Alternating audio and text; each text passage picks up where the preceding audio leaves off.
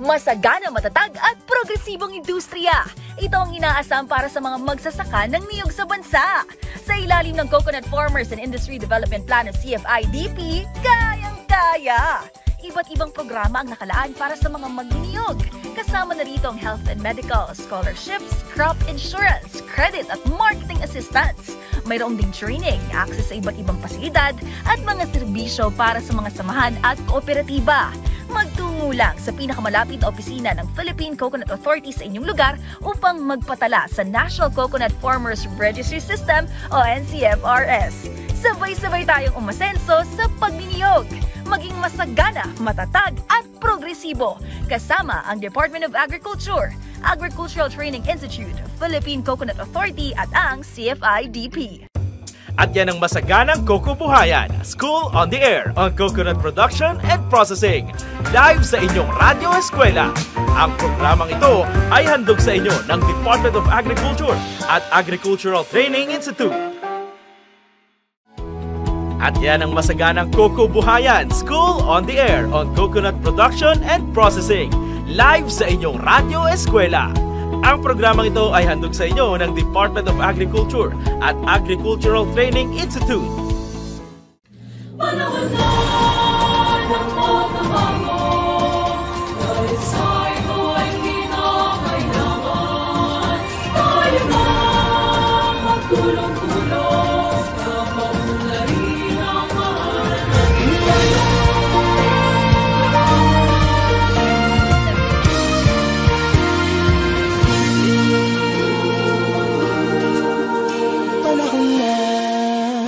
Pagbabago, dahil sa ito ay kinakailangan.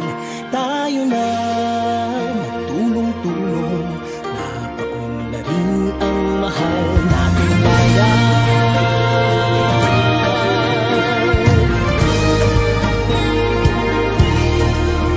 Panahon na pagbabago, at ayos ang mga dapat ayusin. Dapat lang maging tungkulin ng bawat mamamayan dito sa atin. Ng pagbabago patungo sa pag-asenso, magsikap ng mabuti at nang guminhawa tayo. Malaki natin sa mundo at ipamalas ang bagong Pilipino at bagong Pilipinas.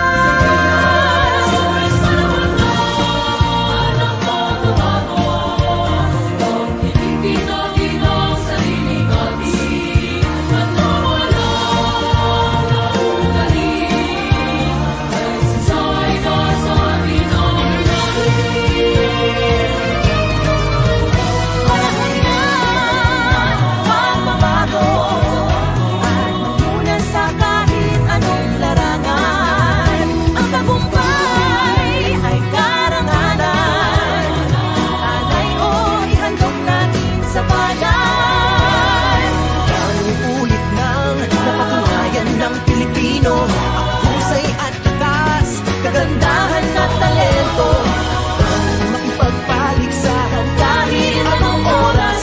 Bagong Pilipino at bagong Pilipinas.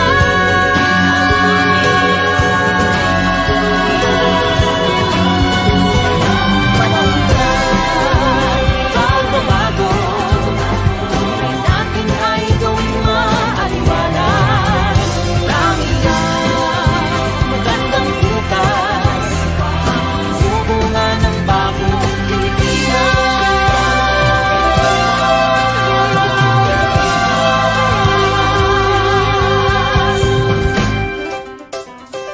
Panahon na.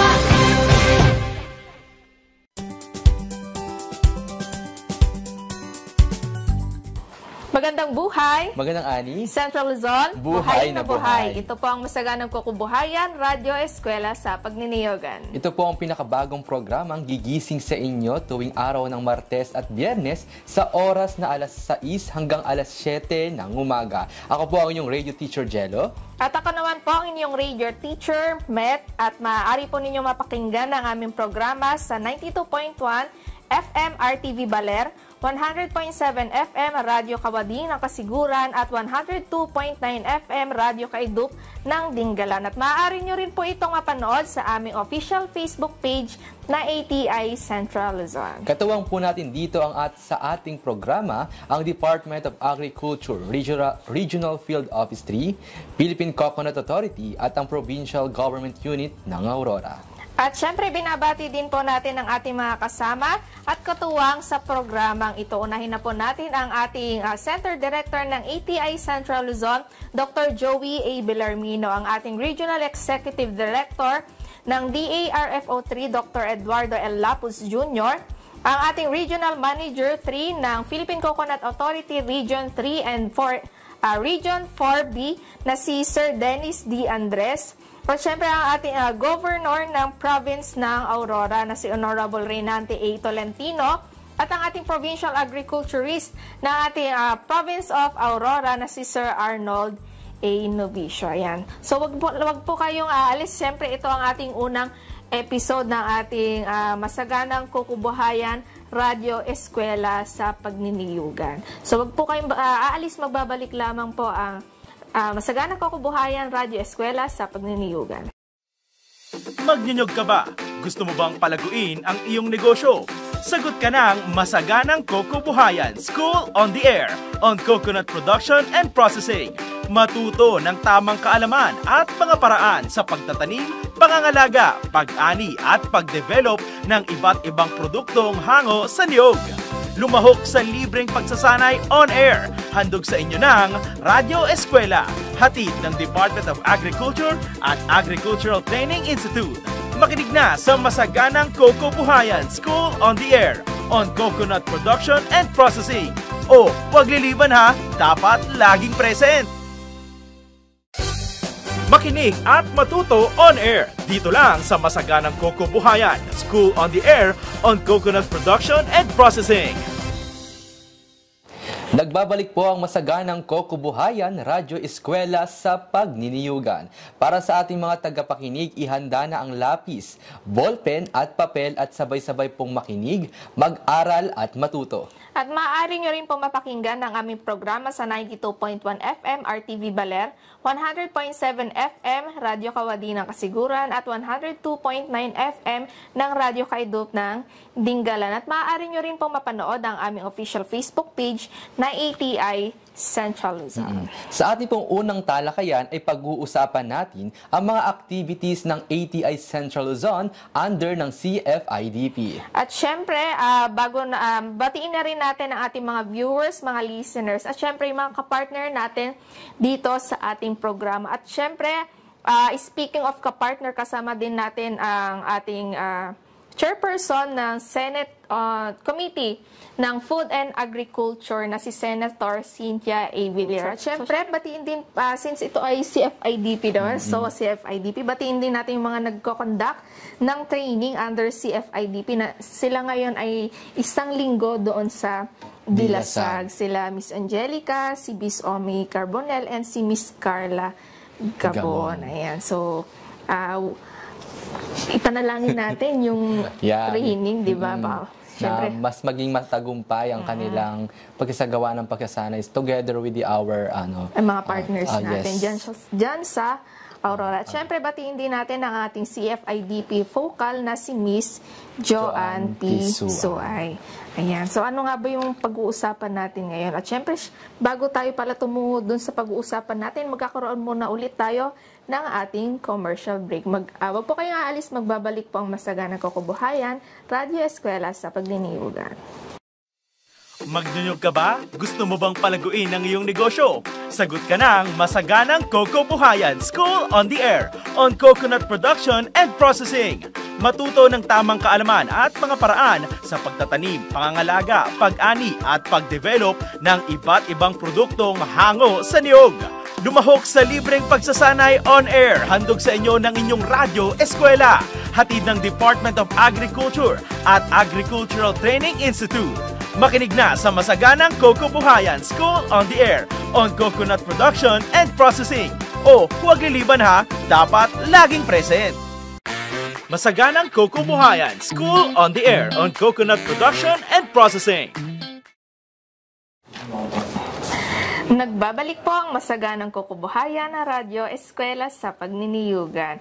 Ayan, so ngayon, since episode 1 natin ngayon, kahapon ay ang ating launching ng SOA CFIDP kung saan nagbigay ng mensahe ang ilan sa mga kapartner natin dito sa ating program. At syempre malaki din yung mga taga-Aurora.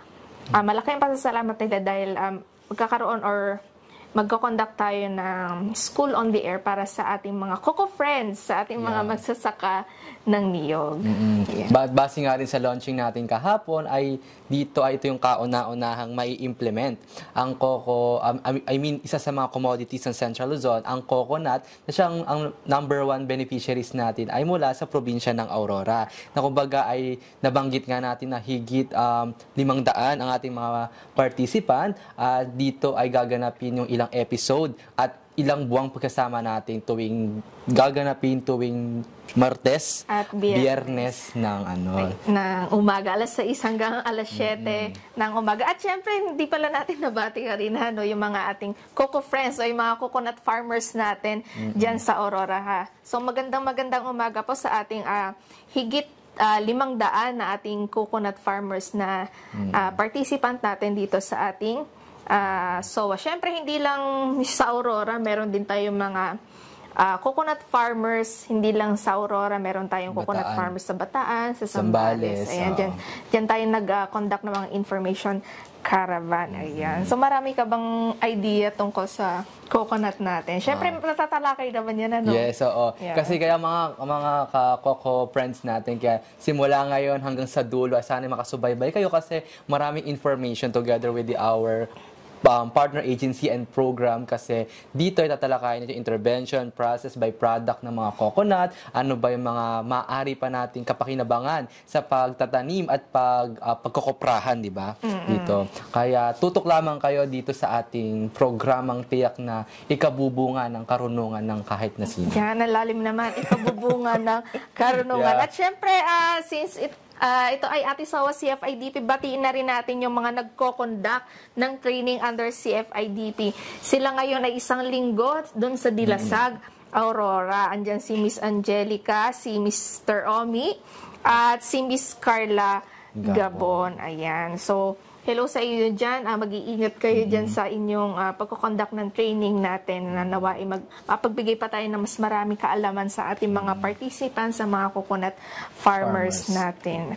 Ayan. So ngayon ay pag-uusapan natin, wag muna tayo dun sa sa mabigat, Yeah. Hindi namin kayo bibiglain. Ayan. So ngayon ay i-share namin yung mga naging activities or yung mga nagawa na ng mga programa, ng mga activities nito mga nakaraang buwan. So marami tayong mga na-conduct na mga activities, So for sure yung ilang coconut farmers natin na nanonood or participant ngayon ay na-encounter itong mga activities natin. Syempre starting pa lang noong January 21, 2024 ay meron nag-conduct ng ATI ng first level ng Training Needs Assessment Result Validation na ginanap sa Aurora. And syempre hindi lang sa first level kundi meron ding second level na Training Needs Assessment Result Validation din na ginawa naman sa TESDA, Pampanga noong January 24, 2024 din. So kung titignan mo, partner, although ang dami nating may ko-conduct na activities and marami din tayo matutulungan na mga farmers natin dyan. So, syempre hindi lang tungkol purely sa coconut yung mga pinamimigay na mga activities and trainings ng ATI. Meron din tayong training on coconut cacao farming system. Ito po yung intercropping. So, itong intercropping din ay meron tayong magiging topic niyan sa ating SOA CFIDP dito. So, abangan lang po natin. So, hindi lang po training ang meron tayo. So, kung meron kayong mga gustong malaman pa, meron po kayong aabangan dito sa ating SOA CFIDP. So, nag-conduct ang ating sila Miss Joanne, ang ating CFIDP focal ng training on coconut cacao farming system nga na ginanap sa Baler and Dipakulaw, Aurora noong April 10 to 12, 2024 at ng June 18 June 18 to 2024. So 2 batches po ang nagawa nilang training dito sa ating training on coconut cacao farming system. And syempre, ang ating information caravan na ginanap noong March 7, 12, 14, 19, 21, and 2024. So ito po ay ang information caravan na ginawa ng Information Services Section sa mga bayan po ng Aurora. Particular na po dito sa Dinalungan, Dilasag, Kasiguran, Dipakulaw, Baler at Dipakulaw at Baler. Ayan, baka may hindi pala ako masama ng mga municipality. Ayan. So, for sure, parang meron nga ako na-encounter nga na naka-enroll na umattend din nung information caravan na mga coconut farmers natin dyan. Kung saan ito pong information caravan ay isinasagawa po natin upang bigyan ng mga impormasyon yung ating mga coconut farmers kung ano ba yung mga serbisyo, ano ba yung tungkol saan ba itong programa natin, yung CFITF. So, sa mga susunod na episode po natin ay syempre mababanggit naman po na ng ating resource person yan. So, hindi ko na po ito palalawakin kasi i-discuss naman ito sa ating susunod na episode, yung ating episode 2. So, next naman po ang training on coconut coffee farming system na ginawa naman po sa Limay Bataan at Dipakulaw, Aurora noong March 19 to 22, 2024 at April 22 to 24 ngayong taon din. Ayan. So, familiar ka naman sa coffee, ano? Yeah. So, ito po yung... Nagulat nga kasi ako, di ba? I mean, yung tinatanong mo, intercropping ba yun? Yung coconut and yung cacao, di ba? Kumbaga, hindi lang tayo nag-focus into coconut. Kumbaga, nagkaroon din tayo. Kasi meron kasi sa agriculture, like, gusto ko lang din i-share yung mga talaga nag-intercrop talaga sila ng mga bagay na mas nakakapagbigay ng innovative na resulta para sa ating mga farmers. Hindi lang nag-i-stick lang tayo sa iisa. Tapos ang kinaganda naman din kasi ng mga training na kinakandak ng ATI together with other partner agencies and program ay nakakatulong talaga ito sa mga farmers natin, especially sa mga intended na mga participant natin sa Aurora. At kung gusto nyo pong mag-join or magnanais kayo, ay magkonsulta lang kayo sa mga malapit na MA or Municipal Agriculturist natin para mabilong kayo sa mga ikakandak ng mga programa under the CFIDP. Ayan. So, tama nga yung nabanggit ni Partner Jello na itong halimbawa sa intercropping ay hindi ka lang kumikita sa coconut, kumikita ka din sa other crop na nilalagay mo dun sa iyong coconut farm. Ayan. So, syempre, isa pa dito sa mga kinonduct ng ATI na training ay ang training on coconut hybridization and nursery management. So, ito pa ginanap sa APCDC Dinalungan, Aurora. So, dito po, ito yung training na to kung saan pinapakita kung paano yung pag-hybrid o yung hybridization na ginagawa ng PCA. So, itong hybridization din po ay bukod sa training na binibigay namin ay matatalakay din po ito sa ating episode na SOA CFIDP. So, dito malalaman nyo kung paano nga ba or ano pa yung kung bakit nga ba natin ginagawa itong coconut hybridization natin. And of course, meron din tayong capacity building on institutional and organizational management for CFIDP beneficiaries na ginawa naman sa Dingalan, Aurora. So, meron hindi lang ito isang phase, no, kundi ito ay 3 phase ng capacity building. And syempre, parang hindi makukumpleto ang mga training ng coconut production kung wala yung mga training on processing ng coconut products and byproducts. Ano ba yung mga pag naiisip mo yung mga byproducts, anong byproducts yung naiisip? Last time kasi yung nag-ano rin ako, parang di ba may mga LSA tayo,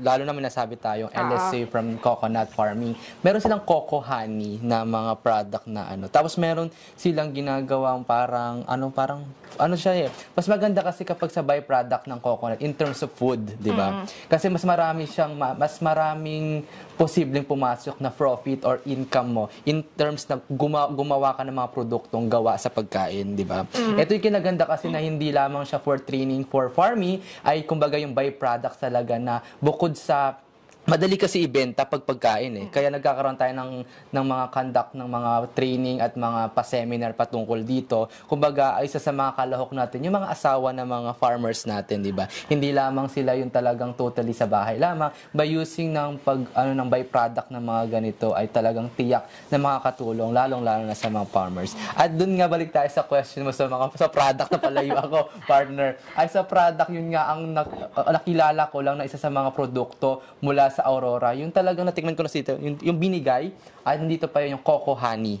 Yung matamis na coco. Di ba? Matamis, ano lasa? Matamis. Matamis. Na, lasang niyog, di ba? Yun. Ay, parang meron ka pa atang parang may binigay pa ata sa inyo yung coco.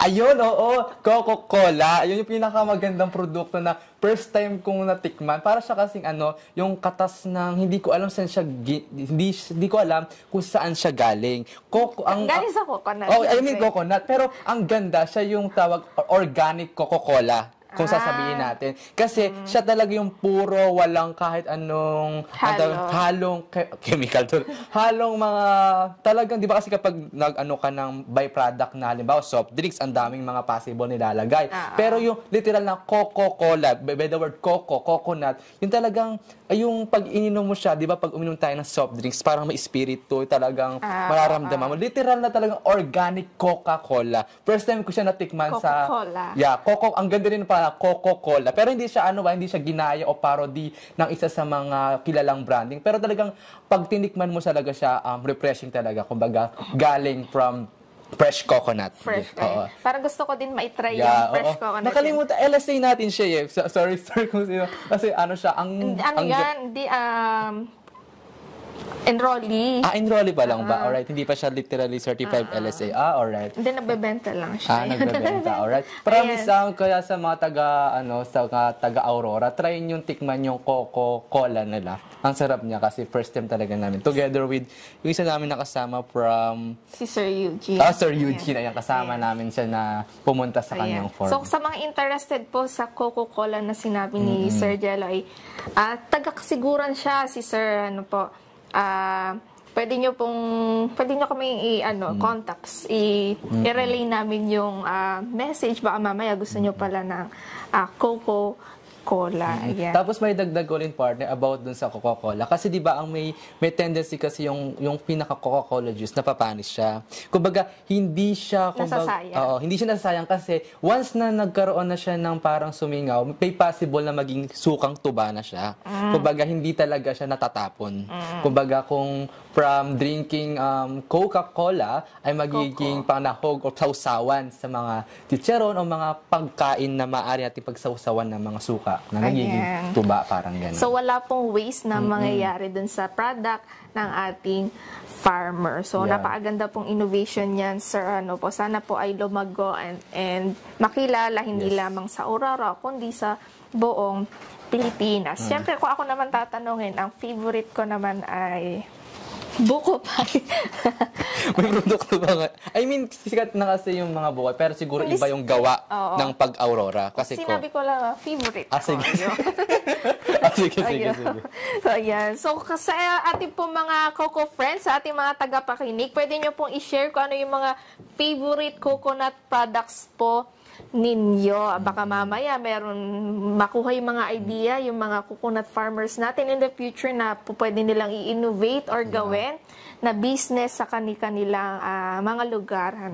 Kaya ang ganda ng training na kinakandak ng ATI about dun sa processing of coconut product by products. Kumbaga, dito mailalabas natin yung pagiging innovative ng mga Pilipino at especially dito sa Central Luzon. Ayan. Siyempre, speaking of products, katuwang natin dyan. Siyempre, isa sa mga implementers ng partners ng CFIDP ang Department of Trade and Industry. Siyempre, hindi lang sila yung mga hindi lang DTI ang kasama nating ahensya dyan. Kasama din natin na iba pang ahensya, ang CDA. So, i-discuss din yan ng ating mga magiging resource person kung sino yung mga kasama nating magiging katuwang dito or sino yung mga implementers dito sa ating pagpapatupad ng CFIDP. Ayan. So, marami-rami na rin tayo na pag-usapan. Baka mamaya puro pagkain ang ating mapag-usapan, mai-share dito sa ating usapan. So, wag po kayong aalis, magbabalik po ang masaganang kukubuhayan na Radyo Eskwela sa pagniniyugan. Kung ikaw ay magsasaka ng niyog, maraming paraan para maging masagana, matatag at progresibo ang iyong negosyo. Gumamit ng rehistradong hybrid coconut seedlings at mag-intercrop ng kape o kakao sa sakahan. Pwede ring magkaroon ng manukan, kambingan, bakahan o babuyan sa iyong niyugan. Alamin lang ang iba't ibang produkto na pwedeng gawin gamit ang niyog. Lahat ng ito posible sa ilalim ng Coconut Farmers and Industry Development Plan o CFI-DP. Magtungo sa pinakamalapit na opisina ng Philippine Coconut Authority sa inyong lugar upang magpatala sa National Coconut Farmers Registry System o NCFRS. Sabay-sabay tayong umasenso sa pagniniyog. Kasama ang Department of Agriculture, Agricultural Training Institute, Philippine Coconut Authority at ang CFI-DP. Matuto ng tamang kaalaman at mga paraan sa pagtatanim, pangangalaga, pag-ani at pagdevelop ng iba't ibang mga produkto hango sa niyog. Makinig na at lumahok sa libreng pagsasanay on air. Handog sa inyo ng inyong Radyo Eskwela. Hatid ng Department of Agriculture at Agricultural Training Institute. O, huwag liliban ha, dapat laging present.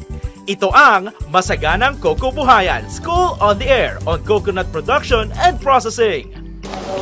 Nagbabalik po ang masaganang kukubuhayan na Radyo Eskwela sa pagniniyugan. At syempre nakatutok pa rin kayo sa inyong mga radyo sa pamamagitan ng RTV Baler, Radyo Kaeduk at Radyo Kawadi. Ayan. Syempre sa mga nanonood natin, sa ating mga viewers na nakatutok sa ATI, official Facebook page ng ATI Central Luzon. So kanina nga nabanggit natin, partner, na pag-usapan natin yung mga activities na na-conduct na ng ATI under ng CFI-DP. So marami-rami na So meron na tayong mga na-trained na mga participant natin, na mga farmers natin, na mga nasa 207 hindi ang dami na. So sa tingin na iba ikakaunti. So para sa amin po ay madami na po yun. And meron na rin tayong mga na-certify na learning site for agriculture na under ng CFI-DP na isa. And syempre, sa parte naman ng strategic communications, meron na tayong mga na-distribute or na-disseminate na mga IEC materials na nasa 8,000. So ito po yung mga IEC materials ay mga nagbibigay ng information, mga impormasyon sa ating mga kamagsasaka ng niyog. At syempre, kung nabanggit namin kanina yung mga activities na na-conduct namin, syempre meron din kayong mga ilulook forward. At yun nga, thank you, partner. At nasabi nga ni partner Met na ang mga possible na inyong, hindi possible, talagang aabangan yung mga training and services na handog sa inyo ng ATI Central Luzon. At para sa second semester po ng ating taong 2024, narito po ang mga programs, project and activities na maaari nyo po maaari na maging kayo ay isa sa mga partisipante dito. At una ay dumako muna po tayo sa farm animal integration. Kumbaga, under ng CFI-DP ay hindi lamang siya for coconut. Kumbaga, meron din, kumbaga bukod sa coconut, ay meron din itong mga pa-training patungkol naman sa animal integration. So kung kanina nabanggit ko ay may intercropping, ngayon merong farm animal. Yes, di ba? Ang daming sangay ng CFI-DP na hindi lamang siya nag-i-stick for coconut production or processes. Dito naman po sa project na i-implement natin this year na maaari niyong abangan ngayong second semester ay una nga dito ang training on native chicken production and management. Ang mga participants po natin dito ay mula pa rin po sa probinsya ng Aurora. Ito po ay may mga announcement o syempre makibalita na lamang po tayo sa mga municipal agriculturists kung ano po ba yung mga qualification na maaaring maging participants sa ganitong training. At nandito rin po, hindi lamang po siya for chicken production, ay meron din tayong training on native goat production and management. Bukod sa mga chicken, ay meron tayong mga kambingan. At nandito rin po ang mga native cattle production or yung baka. Tama ba, partner? Cattle? Ng mga baka. At syempre, aabangan din dito yung experience-based enhancement training course for prospective cocoa LSA. Ito yung tinutukoy namin na natin kanina, ilang LSA na ang meron Meron na tayo isang na certified na learning site for agriculture. Yes. Kumbaga dito nga po ay bukod nga sa pagkakaroon natin ng LSA o learning site for agriculture, ay andito yung mga training and seminars na ikakandak natin. Abangan nyo lamang po ito especially sa ating mga minamahal na mga farmers mula sa probinsya ng Aurora. Siyempre, kung dito ay nagdako tayo kanina sa farm animal integration, ay dadako naman tayo sa may kinalaman talaga sa pagkokoprahan o proseso, intervention ng coconut farming. Meron dito nakasalang mainit-init pang mga pa-training, ang ATI RTC3 ng Training on Process by Coconut Products and Byproducts. Gaya nga na nasabi namin kanina, ito yung mga talagang yung pagiging innovative nating mga coconut farmers ay magiging turn into product na maaari nating ibenta unahin natin sa community natin hanggang mapunta sa merkado, at as soon as possible ay may mga product din na talagang nakikilala hindi lamang sa probinsya nila kundi sa buong Pilipinas dahil sa produkto na mula sa coconut. Kasi dito sa Central Luzon, isa sa pinakamaraming ektarya ng taniman ng coconut talaga ay from Aurora, di ba? Pero syempre meron pa ring mga bilang ng mga probinsya ang talagang nagkokoprahan o nagtatanim ng mga coconut, like yung sinabi namin na Sambales at Bataan. Ayan. So, since yun nga baka nga merong yun nga yung mga produkto nila ay baka sumikat, syempre, ayan. So abangan po namin. Yes. Ang training for process and coconut products by product ay ikakandak po siya sa Kasiguran, Dinalungan, Dingalan at Baler, Aurora. Kaya sa mga nakikinig at nakasubaybay na taga probinsya ng Aurora ay antabayanan nyo lamang itong mga pa-training na ito dahil hindi lamang ito makakatulong sa inyo, kumbaga magiging benepisyo ito upang mas mahasa pa natin ang ating kalaman at experience natin sa pagtatanim o pagkukuprahan o pagtatanim ng mga niyog. At yan. Ayan. So, syempre, hindi lang kasama na din dito sa ating pag-going ay ang School on the Air nga natin na to na iniaalay natin sa ating mga magsasaka ng niyog. At syempre, hindi lang sa part ng training, so syempre, this semester magpapamigay din tayo ng mga babasahin ng mga AEC materials para sa ating mga coconut farmers. Yes. And syempre, bukod sa pagdidistribute ng ating IEC materials, meron din tayo kukonduct na AgriTalk. Yes, opo. At ayun nga po, speaking of AgriTalk, at ako po yung maghahawak for AgriTalk natin na ito po ay para sa mga lahat. For youth, women, also farmers. Kumbaga, dito ay tatalakayin natin yung mga smart agriculture, smart technologies sa pagkokoprahan. Kumbaga, magkakaroon tayo dito ng RP from PCA na magbibigay talaga sa atin ng talagang impormasyon patungkol sa makabagong teknolohiya kung paano mapapayabong pa natin ang produksyon at ang proseso ng pagkokoprahan. Abangan nyo lamang po ito. Ito ay gaganapin. Ito ay may exact date na November 14 po ikakandak ang AgriTalk kung saan tatalakayin nga natin ang gaya na sinabi ko about sa modern technology or smart agriculture sa tungkol sa coconut farming. Yan. Especially, ito nga, yung SOA ngayon na kinakandak natin. Isa to sa mga aabangan dahil ito'y patuloy from July to September. Yes, September 13. Kumbaga, 18 episodes siya. 3 buwan na tayong magsasama. At sana ay hindi nyo kami pagsawaan dahil araw-araw tayo, twice a week tayong magkakasama sa isang linggo patungkol sa proseso o mga intervention ng coconut farming. At syempre, bukod sa mga services tulad ng pamimigay na IEC materials, ay syempre meron din tayong feeds kiosk establishment and enhancement. Ayan. So, ito yung mga isang hub natin, ang Farmers Information and Technology Services para sa ating mga magsasaka. So, pwede po kayong pumunta dyan para kumalap ng mga mga impormasyon. So, dyan natin ilalagay yung mga ICT equipments natin na pwede magamit ng ating mga magsasaka. Kasi dito, di ba, kasi ang feeds kiosk or feeds center ay kinakailangan talaga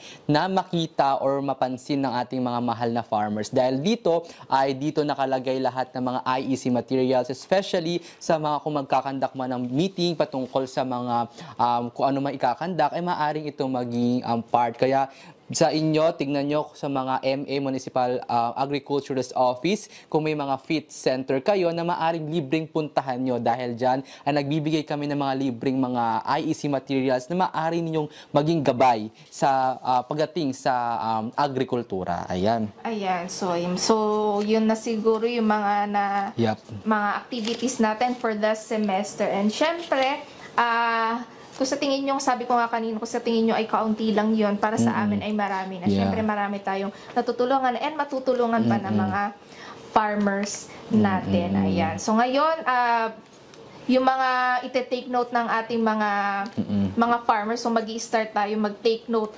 bukas. So marami-rami yung marami tayong mapupulot. Bukas sa partner o sa Thursday? Ay, Friday. Ayan, masyadong umaga pa umaga pa yun. So sa Friday na yung mga pag-uusapan natin kung ano nga ba ang kung bakit nilagdaan ni Pangulong Duterte ang CFI-TF. So malalaman natin yan sa ating resource person na si Mr. Jean C. De La Cruz na manggagaling sa Philippine Coconut Authority ng Aurora. At syempre partner sa ating bawat episode para mas maging engaging ang ating episode at makasama sa ating talakayan ng ating mga manonood at mga nakikinig sa atin, ay mag-iiwan tayo ng mga katanungan bawat episode. Pero syempre, yan ay mangyayari lamang sa susunod nating episode sa ating episode 2. So dito malalaman natin kung sino nga ba yung mga nakikinig sa atin. Gaya nga na sinabi natin, itong School on the Air natin ay hindi lamang siya para makinig lang tayo for the knowledge na makukuha natin. Kumbaga, nag-aaral din yung ating mga participants mula sa probinsya ng Aurora. Syempre, kung hindi man kayo ay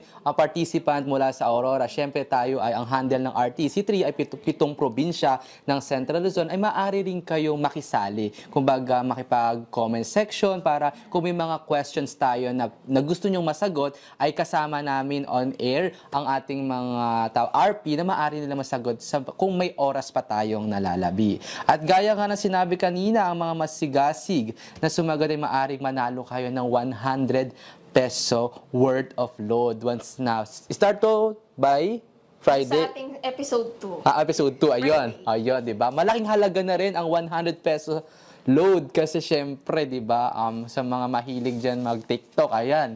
Diba, TikTok talaga. So, maaari natin magamit na communication para sa ating mga kapwa farmers. So, syempre, random namin pipiliin kung sino yung mga mananalo sa ating, sa mga sumagot sa ating text message. So, yun nga, ang mananalo ay mananalo ng 100 peso worth of load. Ayan. So, syempre, isang oras na hitik na impormasyon ang ating pinagsaluhan ngayong unang episode ng ating School on the Air.